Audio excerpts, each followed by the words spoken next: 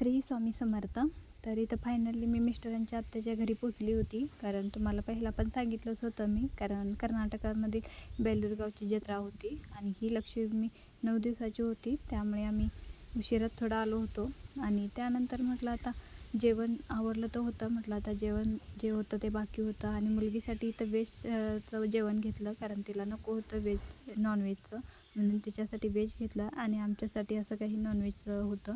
तर इथं बघू शकता अशी काही त्यांनी सगळी सुविधा केली होती आणि जेवायचे अजून थोडे लोक बाकीच होती, पण आम्ही मधल्यामध्ये जेवण करून घेतलं आणि उशीर पण झाला होता पोचायला, कारण पुण्यावरचा हा एका दिवसाचा प्रवास मी व्हिडिओ तुमच्यासोबत शेअर करत आहे. तर इथं मी जेवण वगैरे केलं आणि ह्याला पण घेतलं होतं जेवण करायला, तर याचं पण असं काही एन्जॉय चालू होतं. मुलगीने तर अजिबात नॉनव्हेज खाल्लं नव्हतं, तर आम्ही नॉनव्हेज वगैरे खाऊन असं जेवण झालं होतं आमचं. तर इथं बघू शकता. आणि त्यानंतर म्हटलं हे सगळं आवरल्यानंतर म्हटलं जेवणाचं तर आपण पण थोडं आवरून घेऊया आणि त्यांना मदतीचा हात थोडाफार लावूया, म्हणून मी इथं आवरून घेतलं माझं आणि थोडं त्यांना पण हेल्प केली. आणि इथं बघा सगळे व्हिडिओ काढ म्हणून पाठी लागलेली, पण कामामुळे मला काही व्हिडिओ काढता आले नाहीत, कारण त्यांच्या घरी भरपूर मित्रमंडळी त्यांचे येत होते, त्यामुळं थोडीफार इकडं तिकडं मदत चालू होती. आणि 1 नंतरच झोपलेलो आम्ही. तर इथं बघू शकता. आणि ह्यांना म्हटलं आता जेवण वगैरे केलं आहे तर तुम्ही दोघं खाली जाऊन खेळा. तर ह्या दोघांची अशी काही मस्ती चालू होती, बघू शकता. त्याला पण पाहिजे होतं तेच त्याला सतवायला, तर हे दोघांचं असं काही भांडणं चालू होती.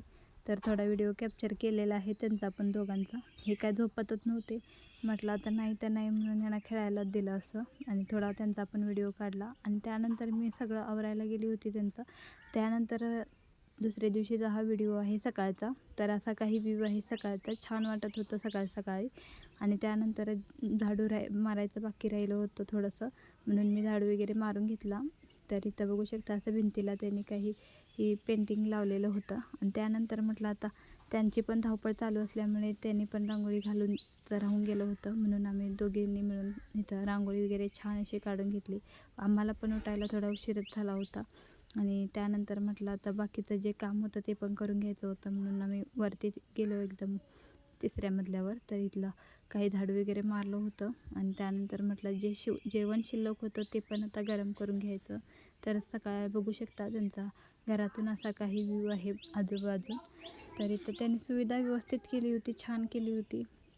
आम्ही म्हटलं आता व्यवस्थित आमटी वगैरे गरम करून ठेवायची, त्यांच्या फर्निचरमध्ये आरसा दिसला म्हणून मुलगीने म्हटलं व्हिडिओ काढ, तर काढून घेतला. आणि त्यानंतर फायनली आवरलं आणि आम्ही जत्रेमध्ये जायला निघालो होतो, कारण त्या दिवशी आम्हाला जायला काय भेटलंच नाही, म्हणून आम्ही सकाळी इथं 11 वाजता निघालो होतो जत्रेमध्ये. तर इथं गाडीवरून चाललो होतो, थोडंसं लांब होतं म्हणून गाडीवरून चाललो होतो. तर फायनली आम्ही जत्रेमध्ये येऊन पोचलो होतो. तर हे बघू शकता असं काही डेकोरेशन केलेलं छान मंदिरचं छान होतं, मस्तच वाटत होतं. पण ऊन एवढं होतं की नकोच वाटत होतं उन्हामुळे. आणि त्यानंतर आम्ही आतमध्ये गेलो आणि आतमध्ये गेल्यानंतर लक्ष्मीचं रूप पाहून एकदम प्रसन्न वाटत होतं. तर बघू शकता इथं पुढे तुम्हाला दिसेलच लक्ष्मी कशी आहे ती. तर खरंच मस्तच वाटत होतं. आणि असं काही मी छान असे व्हिडिओ काढलेले होते. तर गर्दी पण थोडी झालेली बघू शकता इथं. आणि त्यानंतर आम्ही जाऊन पोचायला तेवढ्यातच असं लक्ष्मीचं ओटीचं सामान आलेलं, तर इथं त्यांचं स्वागत असं काही चालू होतं, बघू शकता इथं. आणि ते पण आम्हाला बघायला भेटलं होतं. आणि इथं लक्ष्मी जी आहे किती सुंदर वाटत होती, बघू शकता, मस्तच वाटत होतं.